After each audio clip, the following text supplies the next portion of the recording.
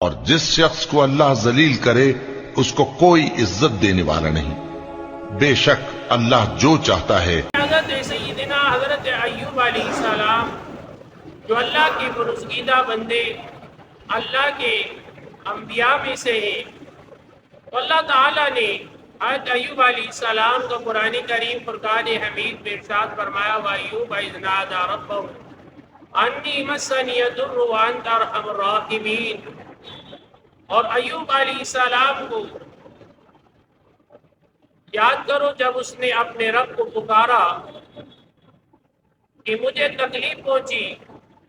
تو اے اللہ تو سب رحم کرنے والوں سے بڑھ کر رحم کرنے والا ہے۔ تو جب آپ علیل ہوئے، سب ترین تکلیف سے دوچار ہوئے، تو اس لمحے آپ نے رب ذوالجلال کو پکارا اور اللہ تعالیٰ نے فرمایا فَكَشَفْنَا بِهِ مِن دُرٍّ وَآتَيْنَاهُ أَهْلَهُ وَمِثْلَهُ مَعَهُمْ رَحْمَةً مِّنْ عِندِنَا وَذِكْرَىٰ لِلْعَابِدِينَ۔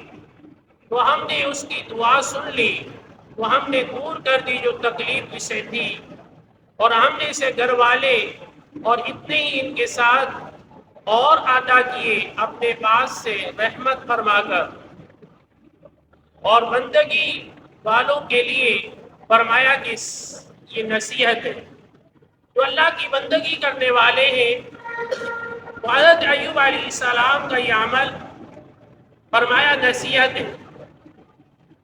حضرت ایوب علیہ السلام کے اوصاف یہ تھے کہ اللہ کے کیوں محبوب تھے، فرمایا آپ مسکینوں پر رحم کیا کرتے تھے، پھر فرمایا کہ یتیموں کی کفالت فرمایا کرتے تھے، اور بیوہ عورتوں کی مدد کیا کرتے تھے، اور مہمان کے ساتھ عزت و تقریب اور خندہ پیشانی سے پیش آیا کرتے تھے۔ پھر فرمایا گیا کہ اللہ تعالیٰ نے آپ کو بے پناہ مال اور دولت بھی عطا کی۔ تو یہ بھی یاد رکھیں اللہ تعالیٰ کی یہ انعام ہے، جسے اللہ تعالیٰ دولت عطا کرے تو وہ چاہے تو لے لے، یہ بھی اس کی مہربانی۔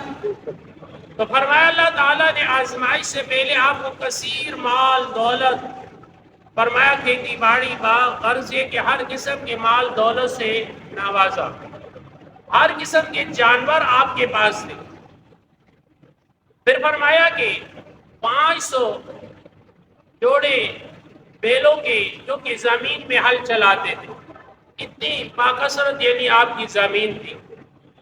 پھر فرمایا 500 غلام خدمت گزاری کے لیے، پھر ہر غلام کی زوجہ اور اولاد بھی بطور خادم آپ کے پاس رہا کرتے، اور ان کی ضروریات کو بھی آپ پورا فرماتے۔ اب اس سے آپ اندازہ لگا لیں کہ اللہ تعالیٰ کی کرم نوازی کتنی ہے، اللہ کی مہربانیاں کتنی ہیں۔ تو فرمایا آزمائش سے پہلے فرمایا گیا وَكَانَ لَهُ سَبْعَةٌ بِذَنبِهِ وَسَبْعُ بَنَاتٍ، آپ کے 7 بیٹے اور 7 بیٹیاں تھیں، اور فرشتوں میں آپ کی بلندی کا چرچا ہوا کرتا تھا۔ فرمایا حضرت جبرائیل علیہ السلام کو اللہ تعالیٰ سے جو قرب حاصل ہے وہ دوسرے فرشتوں کو حاصل نہیں ہے۔ اللہ تعالیٰ نے ان سے براہ راست کلام فرمایا، اور اللہ تعالیٰ اپنے بندوں میں جب کسی کو پسند فرما لیتا ہے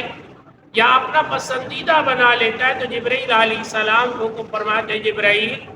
یہ فلاں شخص میرا محبوب ہے، میرا پسندیدہ شخص ہے۔ تو جبرائیل امین علیہ السلام دیگر ملائکہ کو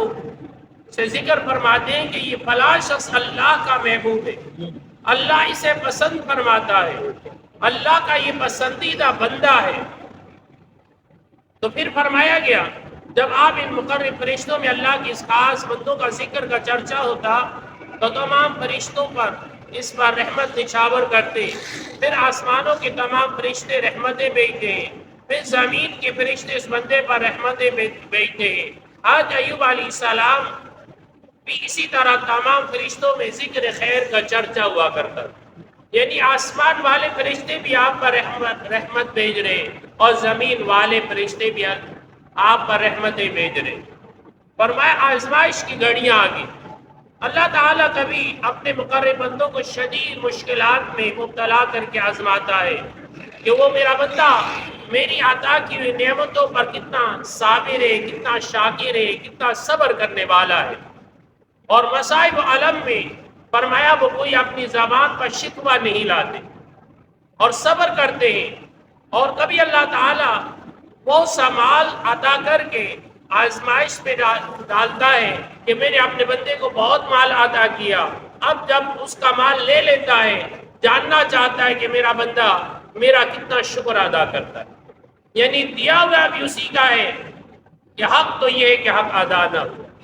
یعنی جو کچھ بھی مال ہے، جان ہے، ہمیں جو دیا یہ اللہ تعالیٰ کے انعام ہے، ہم اس کی کسی نعمت کا شکر ادا نہیں کر سکتے۔ تو اس لیے چاہیے کہ اللہ تعالیٰ نے جو بھی ہمیں نعمتیں عطا کی، چاہے وہ صحت و تندرستی عطا کی، چاہے وہ بولنے کی صلاحیتیں عطا کی، چاہے وہ فہم و فراست عطا کی، چاہے جو بھی اللہ نے نعمتیں عطا کی، اللہ کی نعمتوں کا شکر ادا کریں۔ جب اللہ کی نعمتوں کا شکر ادا کریں گے تو اللہ تعالیٰ اور نعمتوں میں اضافہ فرما دیں گے۔ فرمایا جتنا اللہ کا شکر ادا کیا جاتا ہے اللہ خوش ہوتا ہے اپنے بندے سے اور نعمتوں میں اضافہ فرماتا ہے۔ دعا ہے اللہ تعالیٰ ہمیں عمل کی توفیق عطا فرمائے۔